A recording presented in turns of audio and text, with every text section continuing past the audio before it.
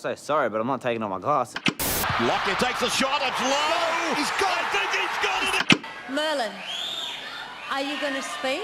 But for me, it was a winner. David. Well, I'm afraid it wasn't for me, Margaret. Thank God you're here. Grandma's been raped.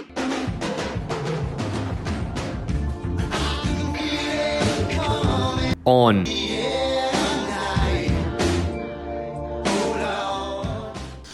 We are the special two. Welcome back to On the Air Tonight, the number one podcast that reviews free-to-air television. He's Tom. Yeah, he's Jacob. And we are, together, we're the special two. The special 16, apparently. Just let me start with the special two. It was going to be perfect. And now we've cooked the intro, but there's no going back now. Feet don't fail me now. We're back with episode 26. Oh.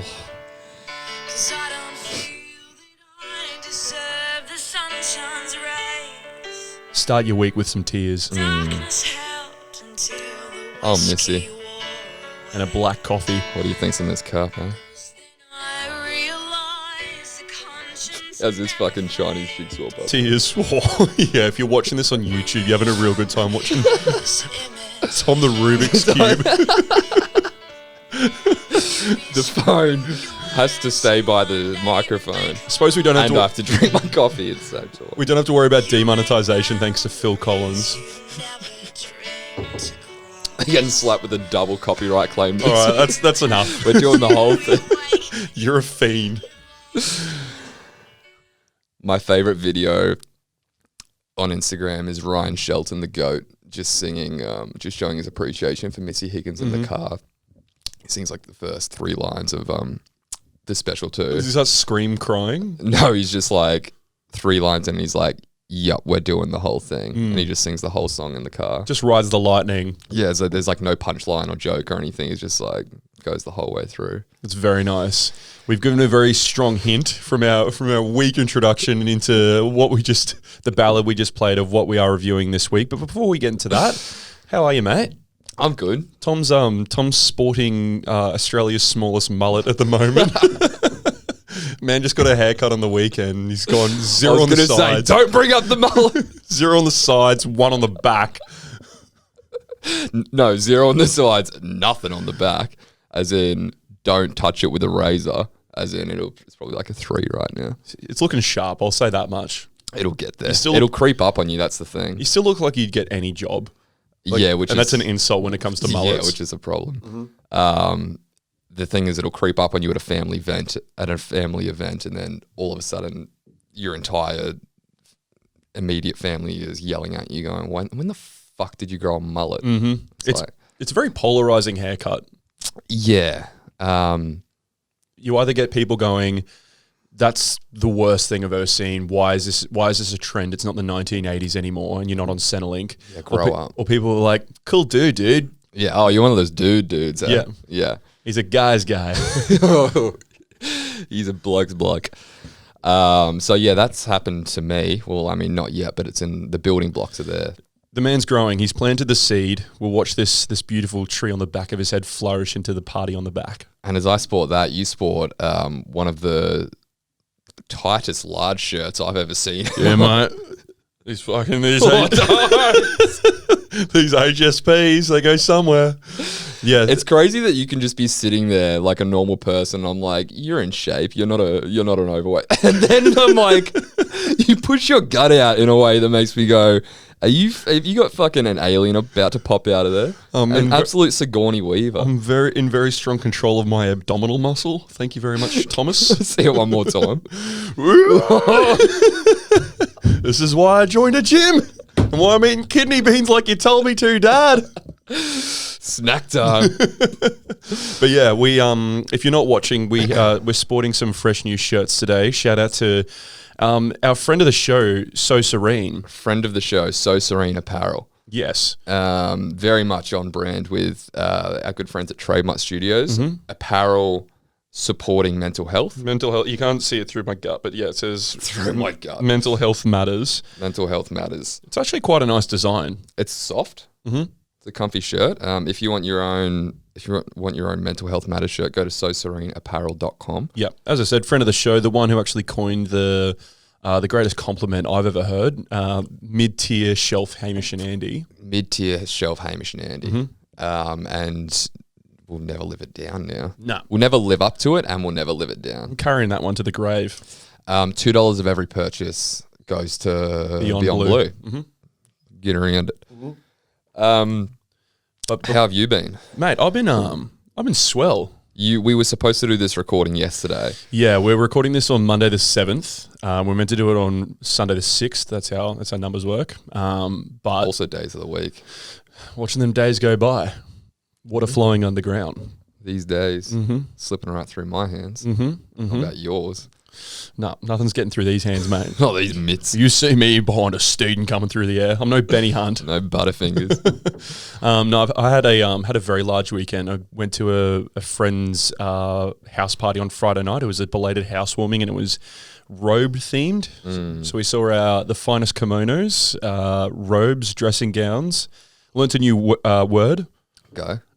So if you're thinking about a dressing gown, and you think about the rope or whatever it is that goes around it. Yep. What would you call that? Robe string. Keep going. Something like that. I've never thought of a name for that. So we had drawstring. Yeah. We had rope. We had tie. Yeah. Those were all. It's like, okay. They're all good contenders. Yeah. We had to get one of my housemates' mates who was actually hosting the party to Google it. A cincture. Oh. Yeah, it's a very posh word. The type of guy who wears a cravat with his dressing gown while smoking a big pipe. Oh yes, I forgot to cincture up my dressing gown and now I'm going to catch a cold. I hate it. A cincture. Yes, Cincture. God, I hate that. Yeah, it's a pretty... My mind went to Sinkture. That's the mullet at play, mate. Your brainwaves aren't getting out as quickly as they need to. Cincture. Sinkcha. Yeah, Chare. Cincture. Hey? The robe's looking good, mate. Is that a fresh cincture on it? The designer of the robe is like, oh, God. Turning in my grave. Sing that down. Throw that down the sink, why don't you? Oh. Had to. But yeah, had the robe party on Friday, which was good fun. And then I watched one of my close friends consummate himself in matrimony. Shout out to the lovely Mr. and Mrs. Renoff. Shout out the Renoffs. They tied the knot. Famous surname, not going to get into it. Big fans of the show. Every time I see him, Phil's like, oh, love your podcast, man. I'm like, oh, which app? He's like, I just like it. No, fuck. He's thought we had royalty listening to the boys. No, Bill loves the show. He's gone down to Singleton. So Si and I are down to Singleton. He's got plenty of listening to do, driving trucks down there, and the commute's about 8 hours from where he's staying. So plenty of time to go back through the archives. I want to see. Nothing makes me happier than looking through the numbers of the pod. And, you know, it's always good when you upload a new episode and it gets X amount of views. But then you see, like, in the last 7 weeks, like episode 1 through to 9, they all have like 1 each. Yeah. And it's like, oh, someone's going back and just trawling through the boys. Someone's having a good time with SAS Australia. Yeah. It's like, I don't even remember where I was back then, let alone what I said. No. I feel like we recorded, is it Breaking Britney? Or what was the... Framing Britney Framing Spears. Britney, not break. They were breaking her in that fucking doco. But yeah, we recorded that in like Feb. And then like looking at it in the month of May, I'm like, this is like the second most popular episode. That's So yeah, for some reason, Framing Britney blew up. Peek behind the OTAT curtain right now. Yeah, we're giving you the numbers. Yeah, Framing Britney blew up. Louis' Most Dangerous Pets is a big one. Yes. There's no rhyme or reason to any of it. No, it's just whatever floats the boat of the trending community on social media. Yeah, but I'm excited to see. Bill go back, listen to a bunch of old episodes, and beef up the numbers on absolutely on You Can't Ask That and Bluey. Give me a little fluff up on the numbers. Yeah, I need a bit of fluffing. And look, listen, you might be in Singleton, but you're still not our most rural listener. Shout out to the one person listening in the Philippines, the one person in Finland. Yes, dude. They reach out.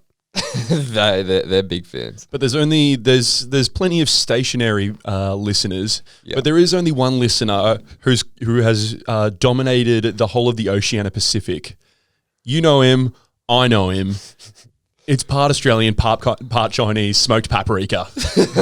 The man who needs no introduction but gets an amazing one every week. Back again with another 5-star review, this time of Neighbours. Let's go. What can I say about these 5 stars, by the way? 5 stars, Of course, yes. Thank you, Papk. What can I say about these 2 hosts of the show that hasn't already been said? Izzy was always my neighbour's favourite, and I trained my kids... Oh, God. Okay, no, we'll go ahead. Go on. Play on. Yep. Izzy was always my neighbour's favourite, and I trained my kids to tell me when she came on so I could watch. Oh, I think I remember Izzy. That's the blonde one, hey? Izzy was Rogue Traders. Izzy of Rogue Traders fame. yeah. What's her... I was about to Natalie Bassingthwaite. I was about to say Nelly Furtado. That would have been wrong, but... Yeah, almost. Natalie Bassingthwaite, yeah. Natalie Voodoo, Bassingthwaite. Voodoo Child. Voodoo Child. Rogue Traders. Voodoo Child. Yeah. Dad was... I would argue it'd be fair to say too big of a fan of Izzy. You know, like Who wasn't, though? Yeah, big fan of Izzy, and especially when Mum wasn't in the room. She was on your lance. Sorry, Papk. Get your neighbour's rocks off. Go on, champion. So he trained his children to tell him. And I trained my kids to tell me when she came on so I could watch. I think she left to be a rock singer. Another strong episode of OTAT. Didn't watch the Neighbours episode the boys reviewed, as seeing Toadie again would be too much. He was a wrestler last time I watched an episode. It's been a hot minute since you watched Toadie. It's been a minute. He's lost a lot of weight, Papk. Yeah. And lost a lot of hair out the back as well. Yeah. Toadie had a mullet back in the day too. He had a big fat Tom Farrelly going. So thanks, Papk. Thanks, Papk. Breaking new ground in that first bit of content we've ever reviewed that Papk hasn't gone and viewed himself. Yeah, absolutely. If you didn't know, Are we slipping? We might be. He's like Neighbours. You couldn't pay me to watch that. I'll watch a kids show on Bluey. Yeah. I'll listen to you guys talk about bogan hunters and then go watch the debauchery. Neighbours. Neighbours, the boys have jumped the fucking shark. What are you doing? The show's turned to shit. It's Fonzie and Ron Howard over here. Fucking idiots. I mean, I love you. You're my boy, so I'll listen to it, but fuck me, I'm not watching that shit. But look, if you you don't have to watch the shows like Papk has every week. If you do enjoy the show, if you want to leave us a review, please do, and we'll give you a little shout out on the next step. Give us a comment on one of our YouTube vids. Jump on Apple Podcasts, you can review the entire show there. Or just slide into one of our many DMs if you want to. We take review. We're not biased as far as review format goes. We'll take the medium of review doesn't matter. It's more the content of the review. But look, we're all on this journey together, our little OTATers. So we're back in the saddle for another episode 26. We've got some special content for you, coming to you from ABC iView. It's Australia's favorite Vietnamese comedian turned artist. Anh Do. He comes back with An's Brush with Fame. Anh Do's Brush with Fame on ABC iView. If you don't know who Anh Do is, he's, as I mentioned, he's a stand-up comedian, probably blew up in the mid to late 2000s, was on Thank God You're Here. Yep. Was on the Footy Show, I think, as well. That's what we were saying before the show. As a stand-up comedian, the mecca, the magnum opus was getting 2 minutes of spotlight on the Footy Show between Fatty and Sterlo. He was in that school of Aussie comics, that era when there was like your Carl Barons and your Anh Do and like Danny Boy, the Irish guy. Yeah, with the Umbilical Brothers. And it was like you get a spot on either the Fatty Show or Rove Live, and you're the bee's knees. Oh, let's be real. Rove was if you really made it, because he was getting international guests on there. That's like you're getting Hamish and Andy, the pinnacle of comedians at the time. It's getting all sorts of acts. It's the Footy Show is literally just picking up the fucking crumbs of Rove McManus. Yeah. They're just fucking whatever spills through Rove. Fatty's like, I'll take it. Yeah. I'll scrape up those crumbs. Yeah, get some jugs together. You don't want the Vietnamese bloke? I'll take him. Rove's like, this is exclusively white people. Elitists only, sorry. The only person of colour I've had on here is Will Smith, who is the whitest person of colour in the world. Hey, get off stage now. Hey, bro, Hey, Rove, how many M&Ms can you fit in your mouth? Is that your Will Smith impression? Yeah, it's Will Smith, dude. Circa 2000 in his Rove interview. Hell no, Jay. The only other person of colour he's had on that show was Elmo. And That was a weird time in Rove, just interviewing a puppet dude. interviewing a red puppet with a black hand up his ass. Yes. And then that didn't end up as well as it should have. As in, I'm talking about the Elmo story. Oh, right. As in, I'm talking about the puppeteer who molested children. Yeah, I didn't. Did that happen? Yeah, dude. Yeah, the fucking like Elmo's puppeteer is a pedophile. Elmo's puppeteer is a pedophile. Good God, that's a mouthful. I really hope I'm right on that. I'm not 100%, but I'm pretty sure Elmo's puppeteer. I'm not the only one who has hands up. Tickle me, Elmo. Yeah, tickle me. Tickle me down there. Yeah, lower. Tickle me down there. Yeah, that's Elmo's world. This is my real voice. Children, tickle me, Elmo. I need a lot of drugs and helium to get on the show. And then I'm back up. Oscar the Grouch is genuinely concerned for him. Oscar the Grouch is Elmo. I live in a fucking garbage can. At least I'm not touching kids, you sick red little cunt. Oscar the Grouch is Elmo in 20 years. You not realize why their fur looks the same, but it's just a different color. Yeah, they're the same puppet. It's Elmo after he's gone moldy, just covered in cum. Yeah. Crawled into a dumpster somewhere. Sucking dick out the fucking back alleys, hanging out in dumpsters. No wonder he's a grouch. I mean, Dave Chappelle did a whole bit on it. Did he stealing jokes now?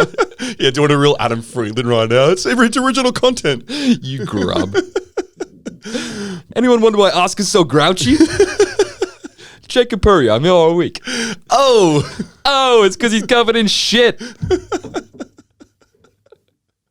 Yeah, Sesame Street, more like fucking Sesame Seed. That's some real moldy bread right there, mate. That's the worst joke. That's the best joke since sliced bread, mate. That's beautiful. But yeah, off that tangent, we were talking about Anh Do at one point. Anh Do, he's back. He kind of took like a bit of a sabbatical, I feel, from the limelight. But he's back on ABC iView with a show where he essentially gets on someone iconic from Australian culture or media, and he sits down with them for a couple of hours. Well, they sit down while he stands in the corner with a paintbrush and a massive canvas on easel. Stares at them and asks them questions like relatively intensely. Yeah.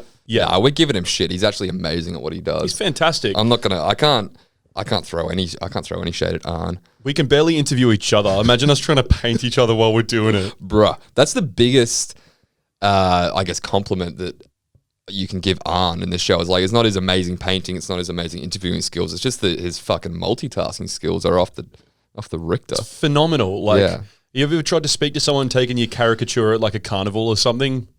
Can't speak to them, or they're just shut up, sit still. Yeah, they're like, sit there. I'm drawing you with a big nose and charcoal. It costs you $35. Yeah, you're gonna be really insecure about all of your insecurities after I exaggerate them in a cartoon. Just really accentuate them. Imagine trying to have a conversation at the same time whilst you're doing that. Yeah, it's fucked. So that's what Anh does. He's sat down with Guy Sebastian in the past, Ray Hadley, Ray Martin. I think not Ray Hadley, just Ray Martin. A lot of Rays. Yep. There's been 6 seasons of it thus far. Season 6 and season 2 are on ABC iView. And as he interviews them and gets a feel for who they are as a person, that dictates how he paints them as well. Yeah. He's it's kind of a cool. And then they see the painting at the end. It's kind of a cool concept where you're painting someone and it's not just like accentuating their features. He's able to like hear what their story is, and then depending on what sort of emotions he gets from them, dictates what color palette he uses. What sort of expression they have by the end of the painting. It's an awesome concept, and you'd be very hard pressed to find someone as charismatic, good at interviewing and listening. As like, if I'm trying to do something while I'm like talking to someone, like, so how's your day been? Stop talking. I'm trying to fucking draw you right now. Yeah, I've noticed. I've seen you try to set up a camera. I've seen you try to listen to me. Doesn't go well. I'm cracking wise in the corner as Jacob's actually doing the heavy lifting and logistically setting up the show. I'm like, hey, this happened. You're like, oh yeah, did it? Putting SIM cards in. I'm like, It's funny you use heavy lifting because it's pretty light lifting for me, mate. little micro. Oh god, it is a micro SD, so I fucking hope it is. Otherwise, you're in trouble come arm wrestle time. Yeah, exactly. Coward. That's why you got me on the kidney bean diet. I'm trying to bring you down to my weight class. You have to wait a while, mate. Hey, Logan went fucking all the way with Paul today. I mean, Logan went Floyd. I fucking hope so. It's his full name. Shows how He much finished his name off. Yeah. We're watching this after, or recording this after the Floyd-Logan fight. Yeah. Did you even watch it? No, I was at work Yeah, okay. and I couldn't get a stream. So I could have. So you would have just been messaging me like all day, hey, Hey, bros, you got that stream? give me a stream to this fight where there's no judges at the end. Yeah, no. So no winner. No, The just only exhibition. the only way it would have been a win is if there was a knockout. Yeah, okay. Boxing is dead. Yeah, it's becoming a real sideshow. Who were the commentators? Was it like was it Snoop Dogg and I didn't Pete watch Davidson? it, man. Yeah, I got a okay. job. I chopped my mullet off and got a job. You're slowly transitioning out of contributing to society while growing one. Into unemployment as you get into employment. There's going to be this Venn diagram of just beautiful fucking It crosses over a little bit, but not completely one circle overlapped. yeah. And I can't. Oh, it's going to be the perfect storm when that happens. Oh, beautiful, beautiful. That day. Can't wait. But until then, we sat down with Arn, and Arn sat down with the one and only Australia's sweetheart, Missy Higgins. She's earned that title well and truly. 100%. She's truly. I mean, not only is she a great singer, not only does she have incredible songs, she's probably like what, late 30s now? She was 18 when she like signed up in her first signed up with a label. We'll get Warner into her Brothers, story. yeah. Signed up with Warner Brothers at like 18, 19, and that was I think 17 years before, like 2004. I think she signed, so she was like 19 then. So yeah, she'd be like 36 or something now. Yeah. Don't want to quote Jesse McCartney, but and it's an overused term, but a beautiful soul. I would A have. truly beautiful soul. Yeah, I was going to quote the person she beat in the charts one year, James Blunt, just say, "You're beautiful." Yeah. Yeah. She she climbed above him on the charts as he sung about her. Yeah, As she was stomping on James Blunt's head, all he could do was sing to her. you wouldn't believe it because it feels like it happened a bloody age ago. But yeah, when she was 18, 19, 20, when most of us were like just barely like figuring out how to drive and pay rent and all that sort of stuff, this girl's signing with Warner Brothers label. Yeah. Yeah. A lot for an 18-year-old. Absolutely, but we'll get into her whole story. So Melissa Higgins, I can't remember her middle name, but it was Melissa something Higgins. Yeah. Not to dead name her, but I mean, she prefers Missy. Yeah. She is known as Missy to the normies. But in the industry, it's kind of an industry term, Melissa Higgins. Yeah. She's she started out as a tomboy. Actually, she spoke about how she used to love playing music and she always looked up to her brother. And she goes down this tangent of like, yeah, I wanted to be like my brother. I shaved all my hair off. I used to piss standing up when I was 5 or 6. Like, hey. Huh? We both looked at each other like, you can be a bloke pissing sitting down, Missy. I do it all the time. yeah. You need an extra few minutes in the can at work. Just a mess. Make sure you get in before Missy does. She's going to piss all over the walls. Yeah, I'm like, logistically, as a woman, how are you pissing standing up? Is there a funnel involved? Are you making a massive mess on the floor? Are you squatting over the seat? Real powerful bladder. Yeah, and Arn didn't ask those questions. No, he was too fixated just painting in yellows. Yeah, just cream pasteling her fucking head. A couple of bubbles here and there. Capture the oils in your pores. She's like, oh God, I need to moisturize, I guess. I completely regret telling that story now. Yeah. But yeah, so she grows up. Her father was a GP who loved playing music, so there's always a piano in the home. Yeah. She fell in love with performing. She's always been an introvert, and you very much got that from her character as she's talking. Very, I wouldn't say reserved, but there's no big exclamations of emotion or anything like that. There's a gorgeous smile there, you know, throughout the episode, but very reserved. Yeah, she's not like a big storyteller or like, and then this happened, and like super emotive, which she was confused about when she started performing in front of people because she was always a shy kid. And then you hear a lot of performers say this, but then when she got on stage in front of thousands of people, she felt at home. And she was like, oh, okay. And like for some reason, I can't do a group of 6 people in a conversation, but like me just pouring my heart out to thousands of people is fine. She just gets in the zone and she realized that's what she wanted to do. Yeah. And she talks throughout the episode about how she kind of she battled with depression for a long time. So perfect person to be the muse of Anh Do's Brush with Fame as we're wearing these Are You Okay shirts. Get into Trademark Studios, Missy. Yeah. Come on. Come on. Get around it. Get around it. Get her down. I thought she was a Brisbane girl, but then I was... She's Melbourne, I think, Melbourne. right? Yeah, Such a shame. With that accent. Oh, yeah. She Driving a car. Yeah, driving a car. She's like, she sounds Aussie like, you know, the rest of us, but then she'll drop like an A and an R, like a word that ends in A and R, and all of a sudden she's fat down the car. Car. Yeah, it's like, fuck. There's Aussie and then there's Aussie. There's fucking slipped in a rusty car in a fucking farm in Mildura. Yeah. It's like, she a country girl or fucking, what part of regional Victoria, what part of regional Melbourne are you from?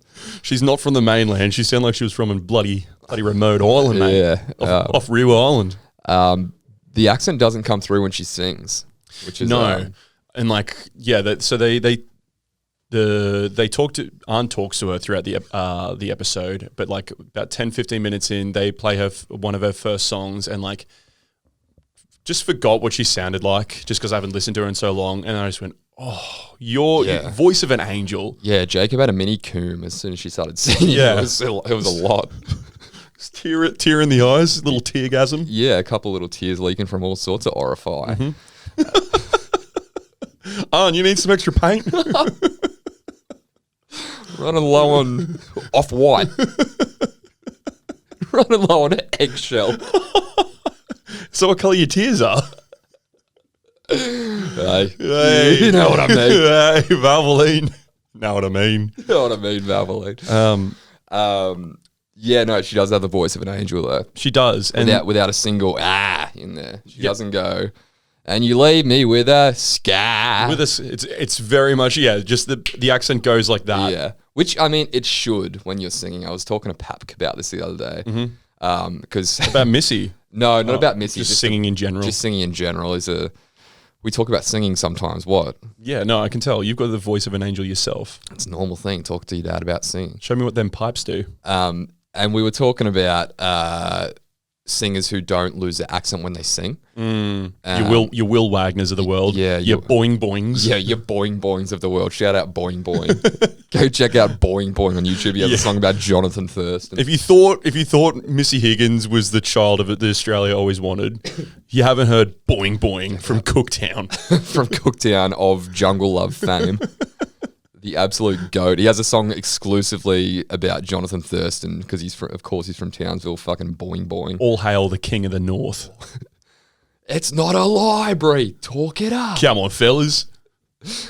Point is, the Will Wagners of the world, the Boing Boings of the world, even Sly Withers, I was telling you about before, they've got a lot of Aussie accent in there. Real ochre. And there's a lot of these Aussie artists coming through who were singing with the Aussie, oh, I love you. Yeah, you know, they almost ham it up. Yeah, heavy Aussie identity. And I showed Dad a Will Wagner video because I was like, I saw this guy last night. He was fucking sick. And he's like, he sounds like shit.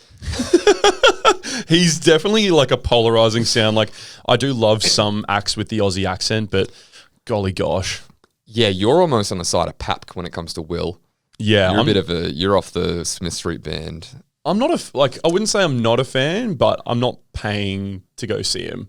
Yeah, because you're a coward. So I guess I'm not a fan. I'm not saying I'm not a fan, but... You just won't catch me in the crowd. Meaning I haven't paid for a ticket and am not a fan. But he did like a beautiful rendition of Elvis's Can't Help Falling in Love with You. But of course, it's in a very Aussie accent. So it's, wise men say. Yeah, You know, it's very- to someone to be sandpaper against fucking your ears. yeah, so I sent a video that I was like, this is incredible. And I was like, the lead singer sounds like shit. Is this like a bit? Yeah, he's like, where's the real band? What the fuck's going on here? These guys like, oh, this is like the comedy before the band. This is the comedy openers. Oh, okay. You're lowering my expectations right now, are you? No, this is good. I'm at Mariana's Trench Low right now. Tom, you said you saw a band last night. When do they come on? And yeah, we were just discussing like, he was saying that Smith Street Band are faking it and they're posers because when you sing, you naturally lose your accent. You listen to the Beatles talk and then you listen to them sing. Ringo. Yeah. I'm fucked on acid. Yeah. It's like when they sing yesterday. You know, it's like naturally are supposed to lose your accent when you sing. Yeah, absolutely. Unless there's a whole genre dedicated to it called Aussie hip hop, mate. Yeah. I mean, that's written word. You can go against that. This is true. This is true. It's like you can hear Jay-Z's accent when he raps because he's talking. Yeah. But yeah, but then there's like the streets and shit, you know, like Britcore. It's like, you think that you look good on the dance floor. Like you can hear their accents. That's Arctic Monkeys. Yep. The streets are more like this. No, the streets are you're fit, but gosh, don't you know it? Yeah. I'm not trying to did it. Yeah. You got it. But that's almost rapping in itself because it's so just like talk. It's spoken word. It's not singing. Spoken word. When you do sing, there's definitely a part of your accent you sacrifice. Or in Missy Higgins' case, you throw ha and fa out the window. Yeah. Yes, and you don't write ska. You write ska. Scar. Leave me with a ska. Ska. So point is, she sounds lovely in a recording studio, but sit her down in a green chair talking to Aunt painting her, and Oh goodness, the ochre really comes to play, doesn't it? some rounded R's in there, that's for sure. She's the ochre rocker. But this is found out very early that she had a talent. So at 16, she had like a music assessment that she had to do, and she had to they got each student to compose some music, and she just didn't do it until the day before. Went in at lunchtime, wrote something real quick, and then performed it. And her teacher was like, "Oh, that's fucking pretty good, mate." She was fucking wiping liquid away from her orifice as well. Her orifice? Yeah. I like that a lot. Plural noun of orifice, bro. Can I clarify? It's orifice, not orifices. I'm not confident saying that many C's and S's in a row, so I'm going with the I. I like that. OTAT lingo. OTAT lingo. We need to put a book out. Yep. So this teacher loved. She had the same reaction that Jacob had before, where she heard a girl, her student, sing for the first time. And was Just like, gave one of these. Jesus, come on, mate. Where's this been? Who the fuck? Who's the music plant?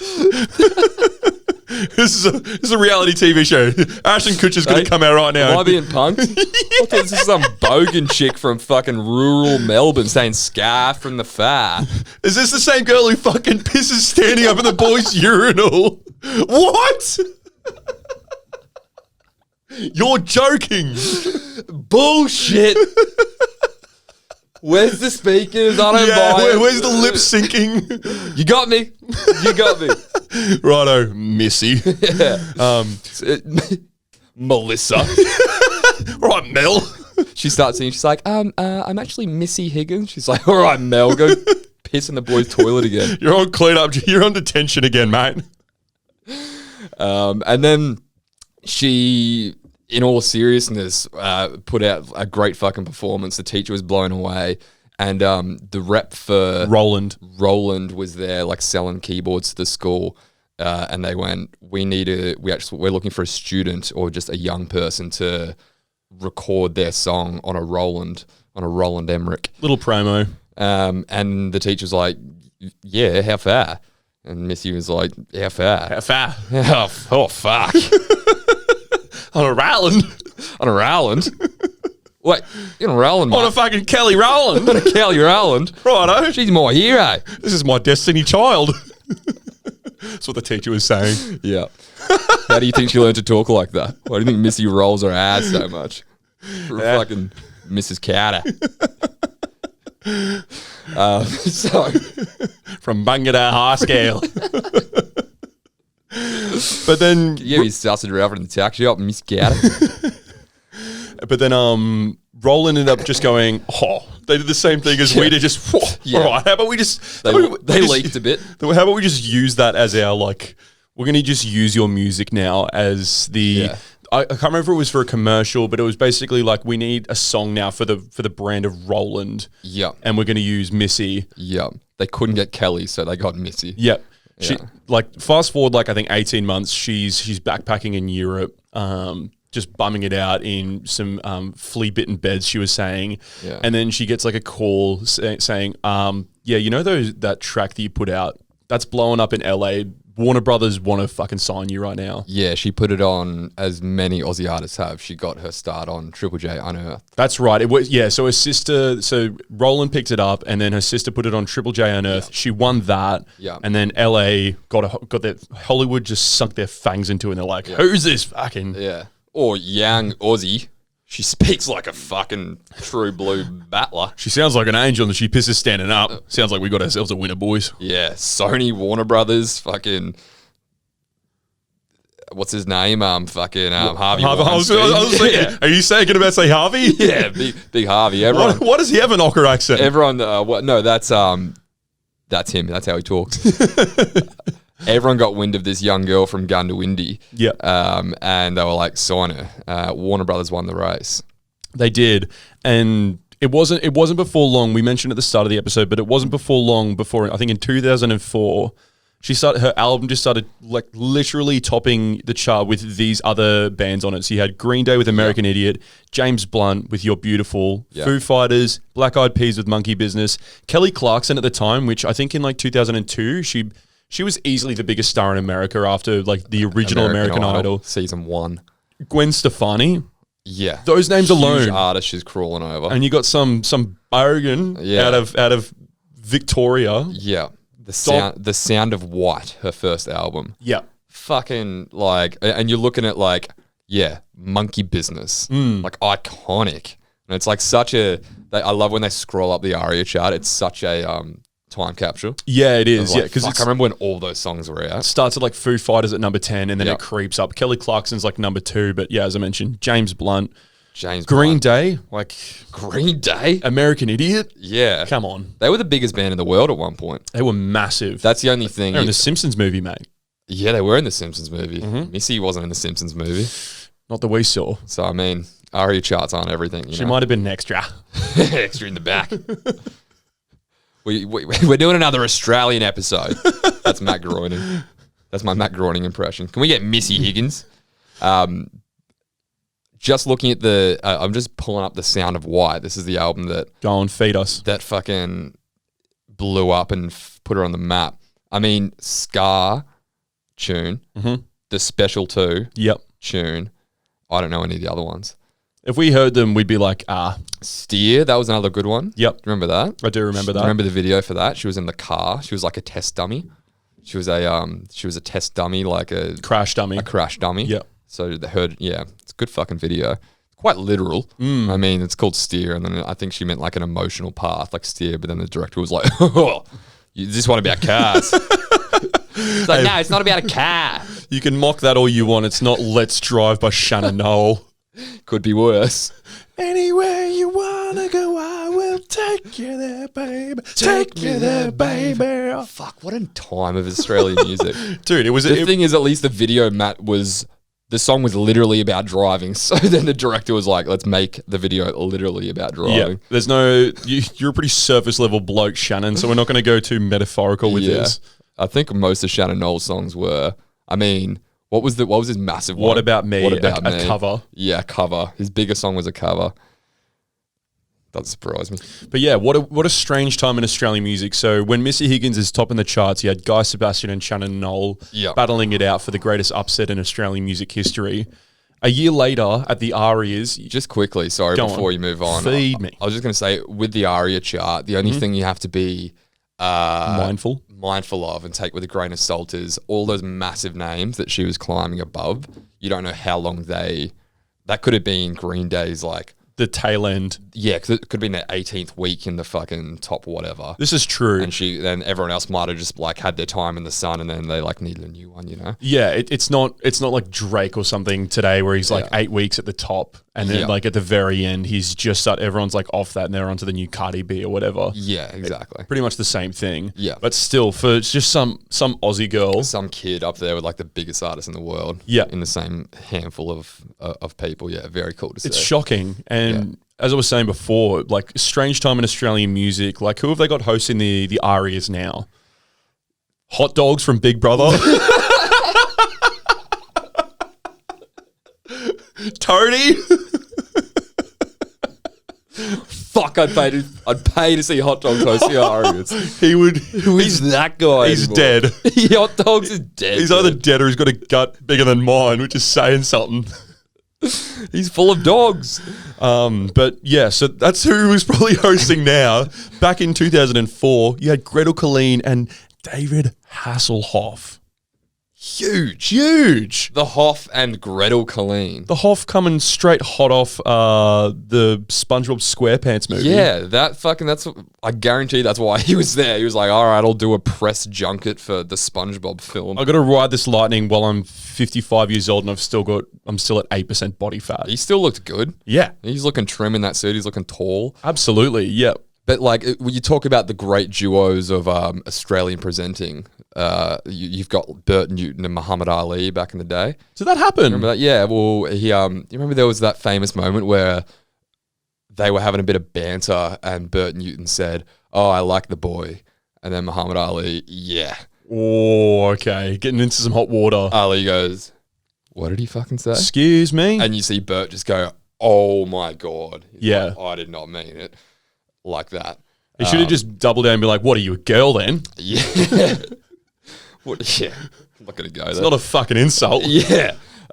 So, I mean, that's an iconic presenting duo. You've got, Australian Idol had Osher, or formerly known as Andrew G. Andrew Ginsberg. Not and the dead name him what again. was the other bloke who was James James McAvoy? No, James McAvoy's the actor. That's the actor. It's James McManus or something like that, wasn't Yeah, it? like bug-eyed fucking... Yeah, just constantly just coming down off coke every Australian Idol episode. I liked him more than Andrew G, dude. He was funny as fuck. Osher was clearly the face, and Yeah. James was like the personality. He was quick with his one-liners. Really quick-witted. That's what I would love to see a Where Are They Now of him. He was on like one of those Studio 10 shows on like Channel 10 that he like... Channel 10 have always tried to do like a Sunrise or a Wake Up with Today. Yes, like okay. one of those. They've never had that equivalent of that. They've got some shitty, less successful Studio 10, and he was on that for a while. Yeah. And then he did a run in politics. Really? Yeah, he was like, I'm going to be like the young person's like face for politics. And he's like 38. Yeah, he's like, it's like all the young people that you're talking to are like older than like they're the Australian Idol audience who are now as old as you. So yeah, I don't know what he's doing now. I wish he would just be funny again. Like he had so much comedic value. I'd way rather watch him host The Bachelorette than fucking Osher. Yeah. Who's just the most intense man in the world. Or him on bloody Holy Moly instead of Sonia Krugs. Yeah. Saying this to my housemates the other night, fucking busiest year of her life, Sonia Kruger, between Holy Moly and Big Brother. Yeah.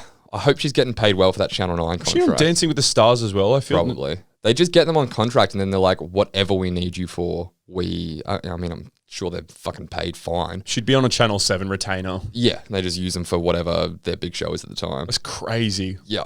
So it's like, yeah, fuck. Get Bug-Eyed James in there and it'd be way funnier. Seriously, I don't know how that man... There's like 4 hosting jobs in Australia and like 3 of the hosts are good. Like, Yep. surely he can slip in there somewhere. Surely he's a candidate. It's got to be better than Grant Denyer on fucking Family Feud. Jesus Christ. That's real bottom of the barrel. It's like, go get in another fucking speed racing accident, dude. I see they squash you from the top down. Oi! The jaws of life didn't fucking didn't decompress you that much. Did they? Can they fucking bubblegum stretch you out like they did Violet Beauregard, mate?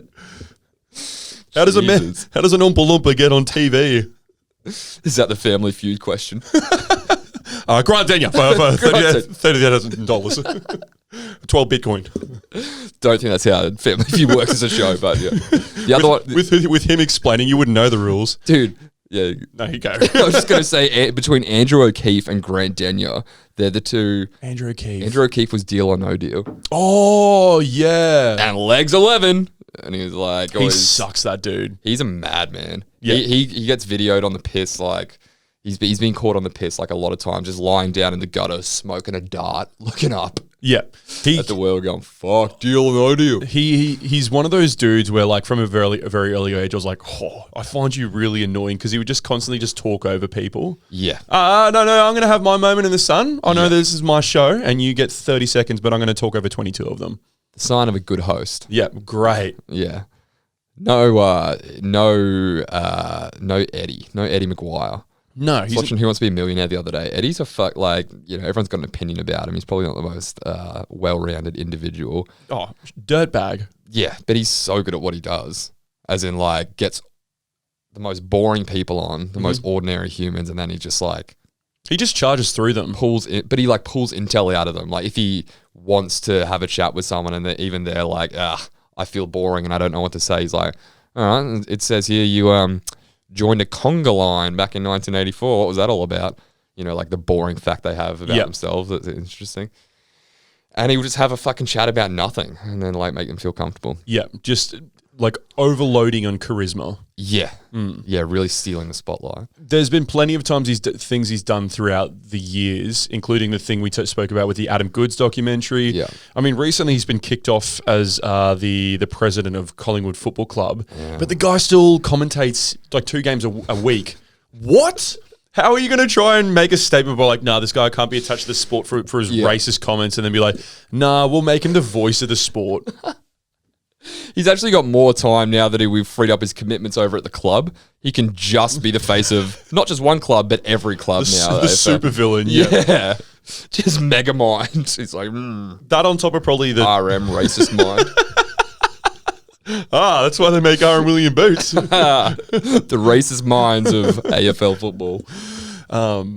Yeah, he's a psycho. But So how we got there was we were talking about hosts, famous duos, David Hasselhoff, Gretel Colleen, iconic duo presenting Missy Higgins her first ARIA. yeah, absolutely. So this girl was as bright as a star could shine. She was, and like the media vultures just came out and just started ripping her apart. Like, I think the biggest thing that she spoke about throughout this episode was how the media basically Britney'd her, and they were like, tell us more about your sexuality. We need to know what's going on. Are you straight? Are you gay? We need to put a label on you so we can start making headlines. Yeah. She's got a short haircut, guys.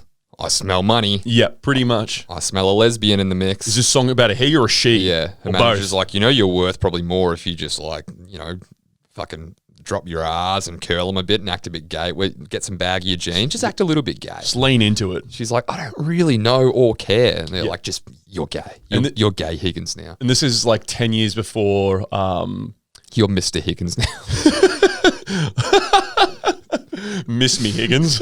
Miss me without Higgins. Mel. More like Mal.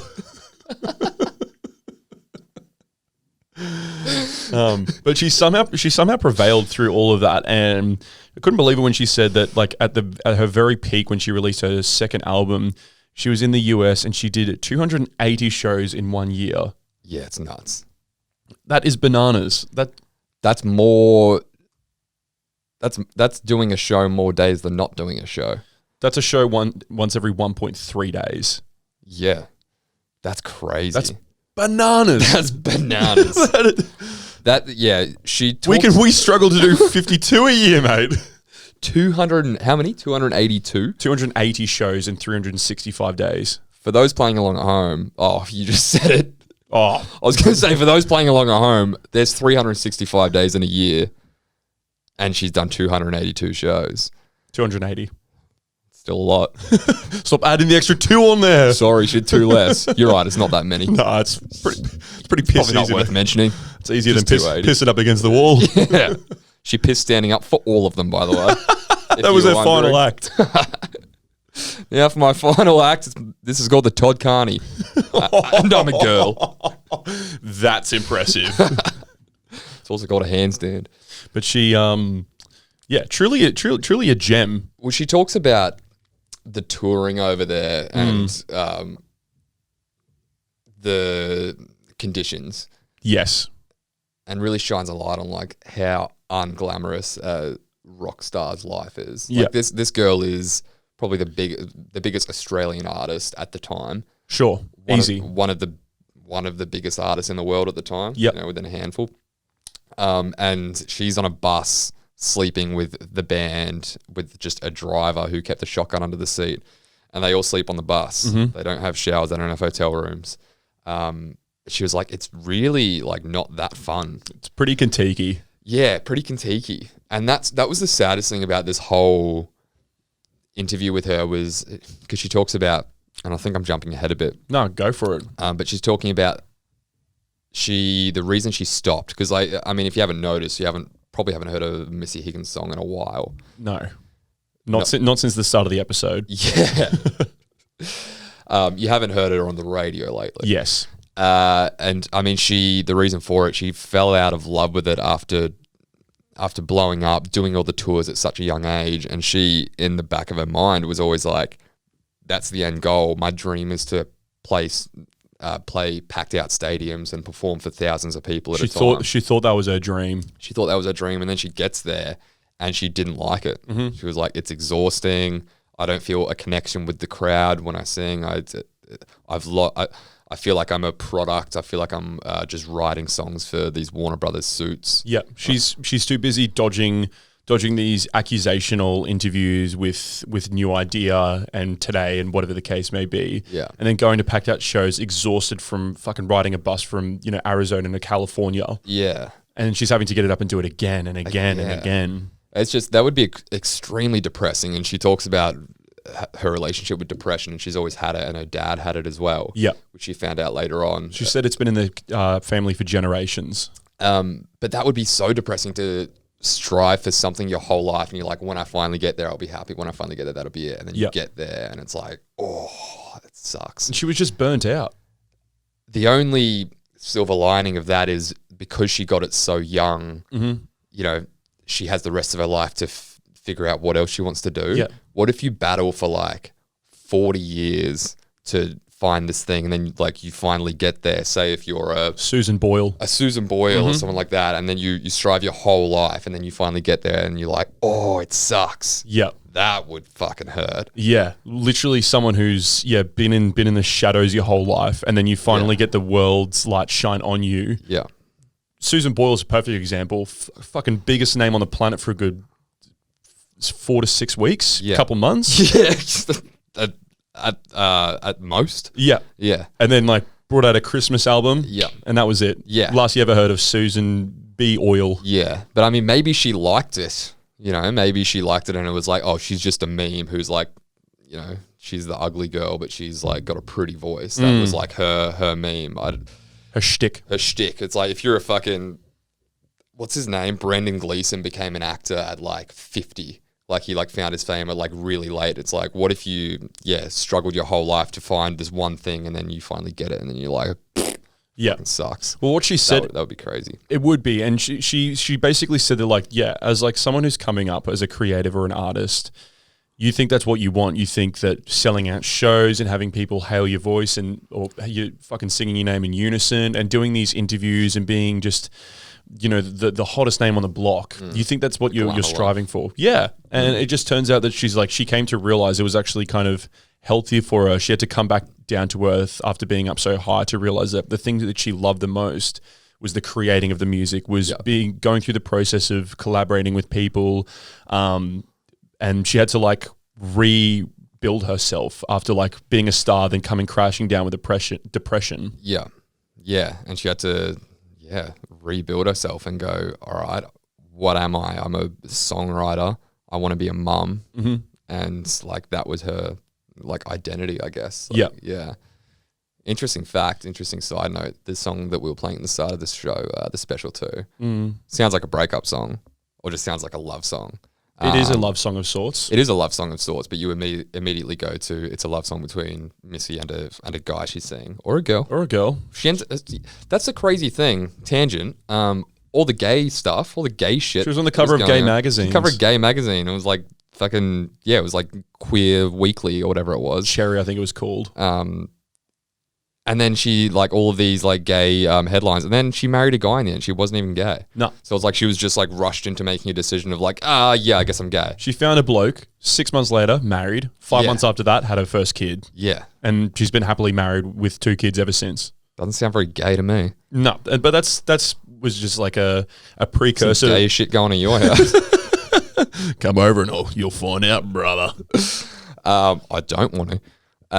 Coward. She, but then, like, on top of that, yeah, the special two, she talks quite candidly about it, is about her and her sister. Mm-hmm. And if you know the lyrics of the special two, it's very fucking, it's like, we'll bleed together. We'll bleed together. Yeah, we'll get the song up and have a karaoke sesh in a couple of minutes. But it's actually about her sleeping with a guy that her sister liked. Yeah, they both liked him, and they had a massive falling out because Missy. She doesn't actually say it herself, but I think we did some Wikipedia research. She ended up getting with him. Yeah. And then her and her sister, who were so close, ended up having a massive falling out. And she said it just broke her heart. She stayed in her room for 2 days. She was bedridden with anxiety and depression because she'd lost her best mate. Yeah. And I think the opening line is this, to the song is like, I spent 2 days in my room. I've hardly been outside my room in days. Yeah, because I don't feel that I deserve the sunshine's rays. There you go. You don't even need the lyrics, brother. You're cooking with gas. I'll keep going. Don't tempt me. But yeah, it was an apology song in the end. Yeah. So she like peeled herself out of her room and then apologized to her sister. And she was like, I can't believe that a guy almost. She says a boy. It all sounds very young when you say boy. You know, it's like they were probably 16, 17. She was like, I fucking need you, bro. Yeah, I fucking need you right now, bro. Come on, please. Please. We're the special two. Do I need to go for a third? That's one for the video. And not to make light of an apology song, if there's anyone who probably could have written an apology song by the end of this episode, it's the man with the painting behind the canvas. Oh, Mr. Arn himself. Does a great job interviewing her the whole bulldozer, way. Big Doman. He's got these beautiful murals behind him of just incredible color and texture and just detail and shading of these other faces that he's done before, or you think he's done before.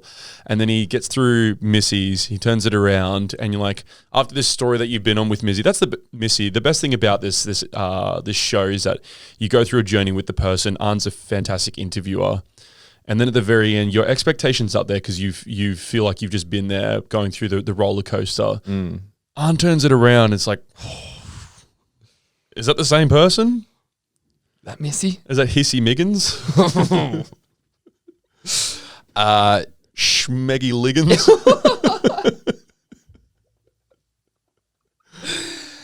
It's a portrait. It's definitely a portrait. Look, I shouldn't take a shit on him because he's light years ahead of He's whatever. He's already done it on the portrait, so. Yeah.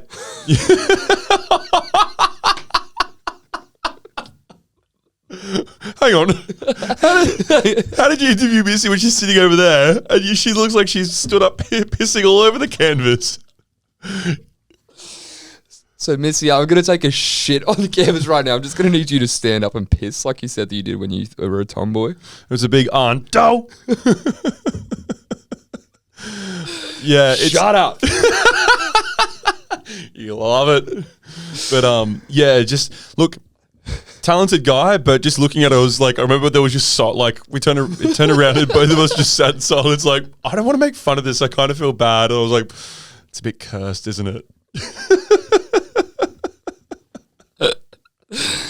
You know, go on. There you go. The one bit of credit that I'll give him that I was going to say at the start of this episode is that I mentioned that he paints with emotion. He takes their story into account, so he'll paint with pinks if they've had if they've got a very warm disposition, or blues if they're a bit cooler, a bit stoic.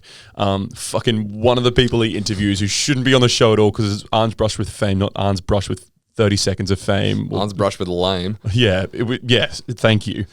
He interviews Manu. Oh, fucking kill me. And just when I saw he was on there, I was like, this guy sucks. And if you don't know who Manu is, he's the douchey French guy off My Kitchen Rules. He's the guy your grandma loves. Yep. He's the guy who couldn't make any sort of career overseas, so he had to come on some bitch show in Australia about cooking and just insult people with a French accent. Everyone's like, ooh, sexy. I had to Google. I was like, he was on Arne's Brush with Fame. Didn't watch the episode. I just Googled the final painting. How was it? It's all blacks and greys. It's not a personality there. Just he painted it on a piece of cardboard. It's just got like, it just used the fucking one brush, the little 2 centimeter, and just black paint from Coles. He just gets a grayscale, like blown up photo of Manu and just pretends to paint the whole time. So yeah, tell me, what are you fucking Syrian or something? It's just spray paint. What are you, Italian? He's just tagged up a fucking thing of Manu. French. Can't. But yeah, he sucks. Ron is beautiful. I love the colors and it comes through. He's shit. Let me go now exploit some of my workers, huh? I would love in that moment if he was just faking the accent the entire time. Just like, oh, au revoir. Au revoir. Don't. But as much as he sucked, Manu, Yeah. Missy Higgins was the complete juxtaposition. She was amazing. And you don't see the painting until the very end. So, I mean, we're all waiting with bated breath as much as Missy is. Yep. And then they show her reaction and she's like, oh my God, it's amazing. And she really likes it. It was good. And like, I love Arne too much to completely shit on his fucking painting. Yeah, sorry, I'm alone there. Well, he's good. He's a talented artist. Oh, he's so talented. That's what I mean. Is fantastic painter. I just don't think he captured. No, his choice with this portrait was like, it's kind of it's a picture of her, of Missy, kind of with her lips pursed. She's still smiling, but if you look at Missy for half an hour during an interview, she's bright and bubbly and she's got a great smile. She's magnetic. Got big white teeth and she's gorgeous. And he kind of draws her as almost like a librarian who's kind of telling you to be quiet. Yeah. It's as if just before the Christmas photo, your uncle just like gave you a piece of lemons, like bite onto this, and then 3, 2, 1, click, and it's just. It's a portrait of you walking past someone you kind of know in the office. Yes, just you do that face. Yep. Someone you went to school with just. It's like, does that encapsulate Missy Higgins and everything that we just learned about this like bright, bubbly person? Yeah, it wasn't his best painting, but I'll forgive him because he is a talented and lovely bloke.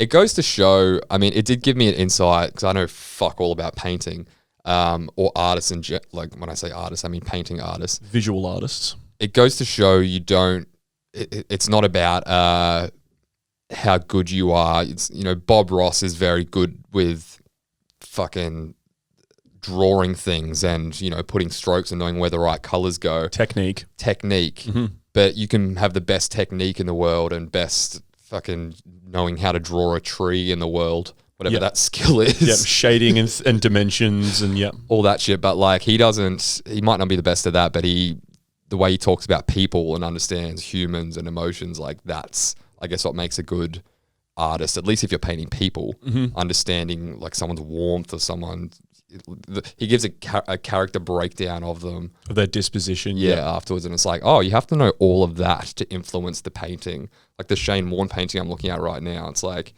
fuck, you can't see it on screen, but I mean, you have to understand cricket to paint that. You have to understand him as a person, like his character in that. It's not just, yep, I know how Warne looks, so this is how you paint. That is a powerful painting. Oh, it's huge. But you'll never see it. Sorry, guys. You'll literally never see it. The camera doesn't turn that far. Maybe we'll. Sorry about it. Maybe we'll put up a photo someday after I beat Tom in an arm wrestle. Yeah, that's more OTAT lore for you. Like what, we'd both lose to him. The fucking cannons. Oh my goodness, yeah. That's a footy show repeat. Someone's getting their wrist snapped in two. Someone's getting Ben Rost out here. Bye. So what would you rate Arne's Brush with Fame, Thomas? Arne's Brush with Fame, I really enjoyed it. Again, as a show, not just this episode. It's really good. You should go and watch. We could have watched a couple tonight. They're only short. They're 27 minutes. 27 minutes. I watched Guy Sebastian the other day. It was really good. Arne's Brush with Fame with Missy Higgins gets 8.3 lemon squirted, lemon squirt, sucking on a lemon face emotions. Okay. Sucking on a lemon face emotions and then painted by Andos. 8.3 of them. Yep. Nice. I'll give it. Oh, me?